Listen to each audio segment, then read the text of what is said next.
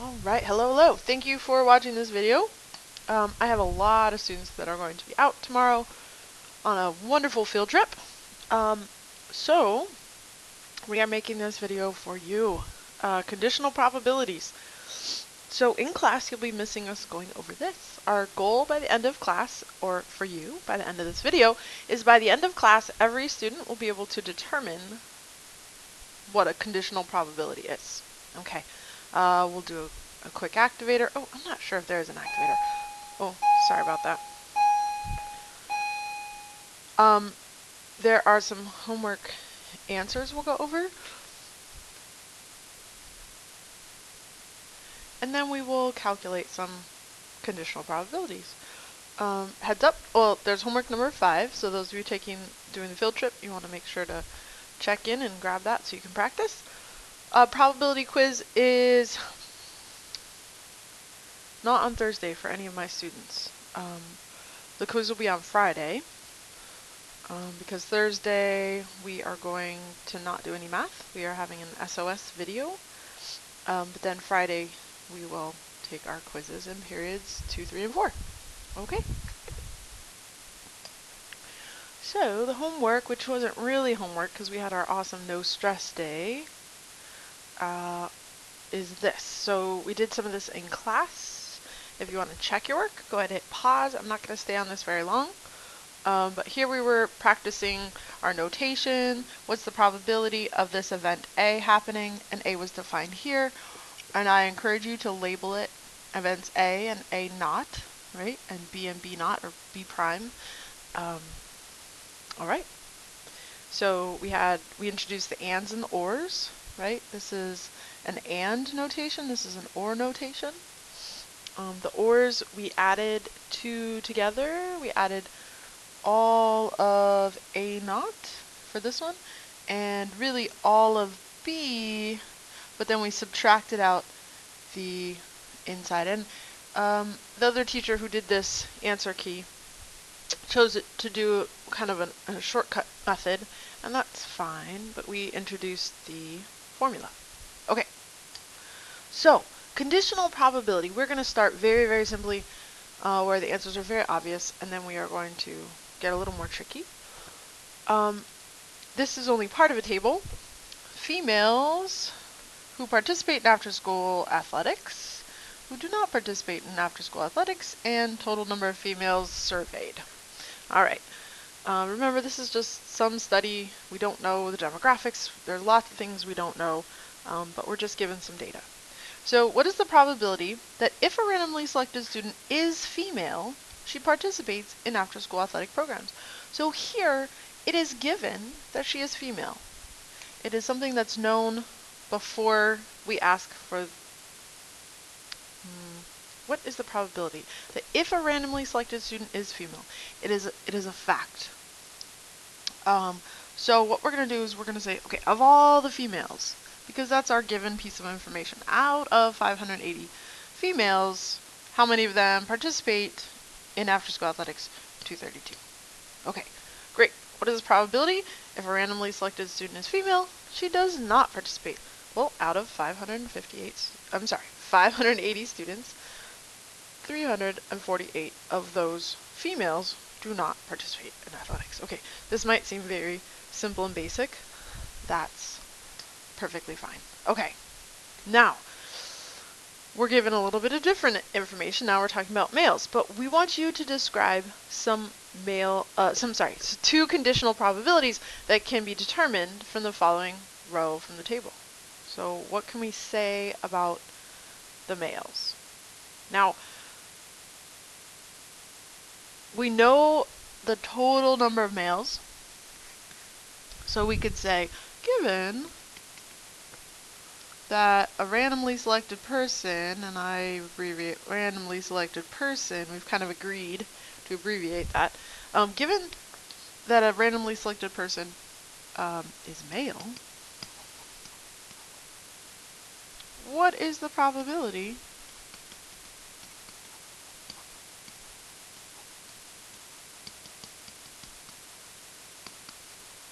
that they participate in athletics after school?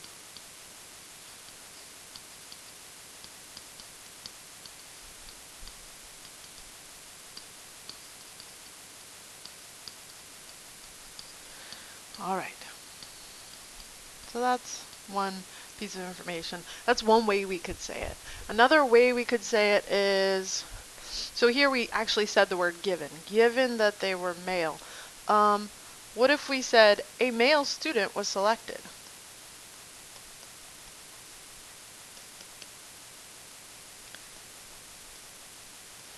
Is that enough to know that, well, that's given. We already know they're male. A male student was selected. What is the probability of them not participating in after-school athletics? All right, I think we get the idea. Okay, so here we have event A. This is the same data, but now it's together. Let A, the event that the student is female, we're going to identify female as A. And we've talked a little bit about this, but we're going to call this A prime or A not. So it's not A. If you're not a female, you're probably a male. And I understand this is not taking into account the beautiful gender spectrum that our school has. Okay. What if, let's see, let B be the event that students participate in athletic programs. Athletic programs, okay. Participate, so this is our B, and this is our not B. Okay, so here it's saying determine, oh, not B. Determine the following conditional probabilities. A randomly selected student is female. Okay, so that fact is given. So this line right here, we read given. Given. Okay, so sometimes we read this from the middle out. Given that the student is female, right? A represents female. Given that the student is female, what's the probability she participates in after-school athletic programs? This is just a really simplified way of writing all of this, right? If we identify what is A, what is B, then we can just say, what's the probability of B given A? It's our way of rereading. So, given that they're female, I'm just looking at this row right here. Given that they're female, I'm kind of ignoring everything else for the moment because I know they're female. I'm not focusing on any of the males or any of the other totals. Just 580 is my total. Out of 580 females, what's the probability they are in athletics? 232. Or participate in the after-school program. Okay, and here, a randomly selected student is male. So where would we put that inside here? Yeah, exactly, after the given symbol. Okay, so given, are we going to say B? If it's not A, is the opposite of A B? No, it's not. Great. Okay, so the opposite of A is A prime. So given A prime, given that the student is not a female, what is the probability he participates in the after-school athletic program? So what's the probability of B? Uh-oh. Good afternoon. You didn't need to hear that announcement. Okay. So, given that they're not female, what's the probability they're in an after-school program? Okay. So, what's given is our denominator, our total. So, now, up here, erase all this stuff. Now up here we're saying, okay, given that they're not female, given that they're male, now I'm looking at out of just this subset of 420 students, what is the probability that they participate? So the participating males are 168. All right, so that is how we would find a conditional probability. So here we have a little bit of practice. Let's, this is a little more tricky. So we don't have I'm just going to do some A, B's, and C's. So let's say this is A prime. We'll label this B prime, B double prime? I don't know, I might be stretching this a little bit with the not. Maybe we should have B, C, and D. I'll talk to my colleagues and see what they think. Okay. But for now, we'll just leave it. If we just wanted to be able to differentiate between the different things. Okay. So the table shown below shows the number of workers at a company who exercise various number of days per week. So how many days do they exercise? This is awesome. Okay, what is the probability? What is the probability? I would like you guys to write out the notation and then find the answer, because we need to practice our notation. So what is the probability that a randomly selected person, okay, they didn't specify, oh, here they give us a given. Okay, a randomly selected person works out 0 to 1 days per week, given that they are female. Okay, so we're told, given that they're female, given female, A prime, what is the probability that they work 1 day a week? So we're looking here. Given their woman, but we have to decide between, do I put 160 as my denominator or 690? Whatever the given, given that they're a female, that is our total. Out of 690, what is the probability of B? Well, of these people, right? I'm not looking at any of this. I'm just focusing on these people. Of these people, the probability is 75. I'm sorry. Oh, I just misspoke. The probability isn't 75. There are 75 women that exercise 0 to 1 days, but the probability is this ratio, or this fraction, 75. If we simplify, we could write it as a decimal, but that is that. Okay, so I would like you to try this on your own, because you really don't need my help as much as I'm explaining this. So take a minute. I'd like you to hit pause. I want you to try those 3 and see, then hit play. So I will answer the questions, and I need you to try them on your own and get some feedback so you can see if you've got it. All right, so go ahead and hit pause. When you hit play, the answers will pop up. Thank you.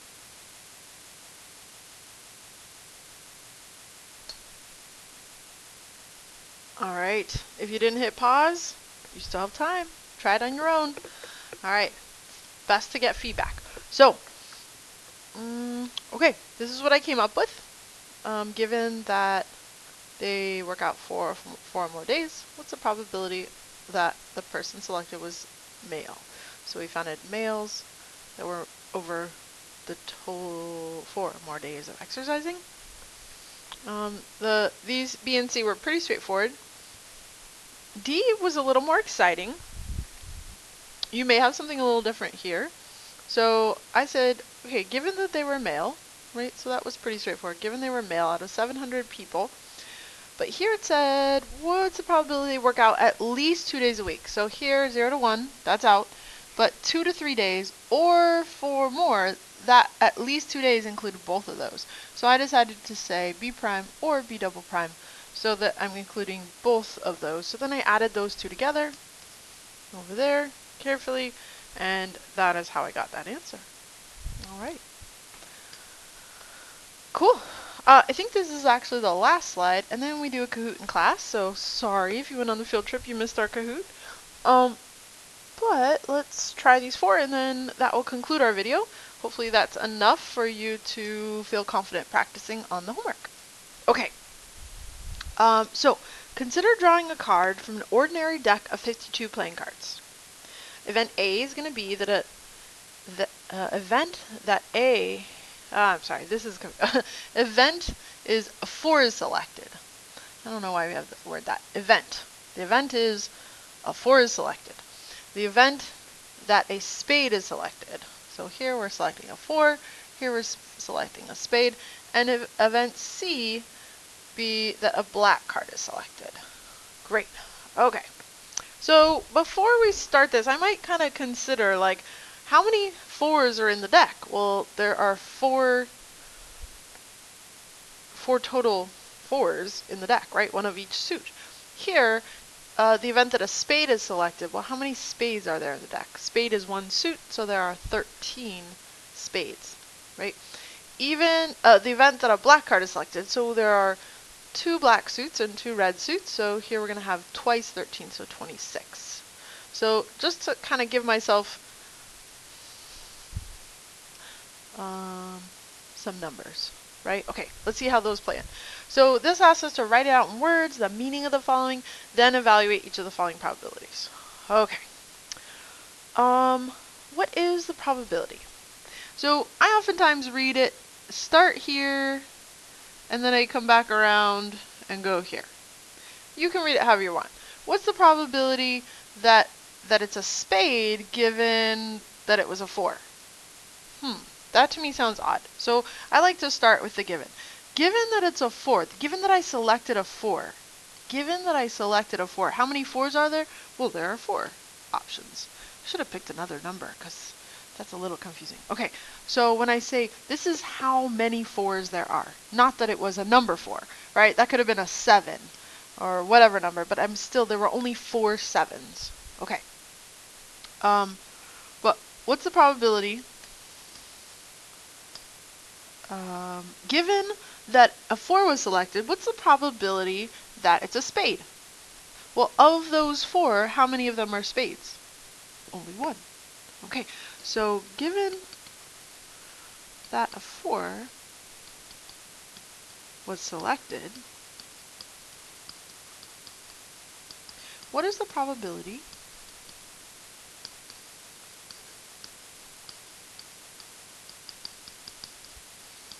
that the card was a spade?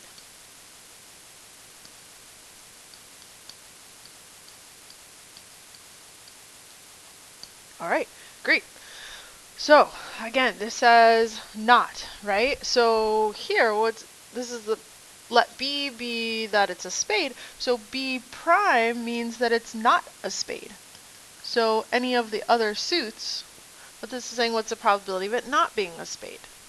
All right, I would like to give you guys some time to think through these.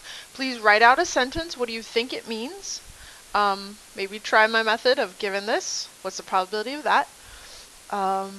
Okay, I'm going to pause again. I want you to take a minute. I might do each one individually. I'll start with B, then C, then D, but take some time. Think through it. Try it yourself. Go ahead and hit pause. Thank you.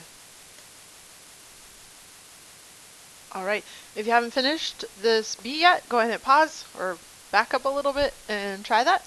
But given that a black card was selected, right, that was our C, given that a black card was definitely selected, what is the probability that it's not a spade? That's how I interpreted this notation. And then I said, okay, well, out of all the black cards, right, so we kind of gave ourselves a little hint up here, right, there were 26 black cards, we already figured that out. Out of 26 black cards, how many of those black cards were spades, right? So if we think about a deck of cards, we've got clubs and spades, and we've got hearts and diamonds. We did this in class the other day where we kind of saw the intersection, and it worked out well when we were saying, okay, kings, queens, and jacks. And so we could see how many there was of each just by the intersections. Kind of a neat way to do it. But here, so we're just saying of the black cards, how many of them are not spades? Well, if these are my spades, I want to know how many of them are not spades, so those would be my clubs, right? Some of us are really comfortable with cards, and others have never really played with a deck of cards. So these are something that some of us need to work on. Okay, so, oh, I guess we need to see the top at the same time so we know what their definitions are. Okay, so go ahead and try the next two. I think I'll just do both and then we can check in on those. All right, thank you. Go ahead and pause. All right, again, if you haven't finished your problem, hit pause, go back a little, try it on your own. You got to get that feedback. Okay, so given that you selected a 4, this is event A, you selected a 4, what is the probability it was a black card? Well, 2 of the 4s are black, so 1/2 would be our probability. Here, given that you did not select a spade, what is the probability that you selected a 4? Okay, so let's peek at this real quick. And we can even make some other numbers here. So the probability that we selected a spade is, there are 13 outcomes in a deck of cards, 13 cards that would fit this event. That would be a in that sample space of that event. But I want to know how many cards would be in the sample space of B naught. So we're going to take 52 and take away 13 or add 39. So there are 39 cards that are not spades, right? These are the ones that are spades. There are 13 cards that fit that definition of spade and 39 that fit the definition of not spade. Hopefully that makes sense. Okay, so here, given that it's not a spade, out of 39 cards, right? So we've got our 2 blacks and our 2 reds. Sorry, I was just on green. Okay, these 39 cards that we're talking about, the not spades, so let's say these ones are the spades. So I want to know of these guys, of all of these, what's the probability of A? What's the probability I selected of 4? So 1, 2, 3, 4. So how many chances do we have to get a 4? Well, there are 3 cards because each suit's only going to have 1 4. And we're excluding these, the spades. Okay, so of the cards that are not spades, there were only 3 options. So that simplifies to 1 over 13. All right. Hopefully this video has helped you some to stay caught up. Thank you for watching it, and we will see you in class tomorrow. Maybe I will post also on Google Classroom the homework so that you can just print it out. You don't have to come see me to get it. Okay, I'll see you tomorrow.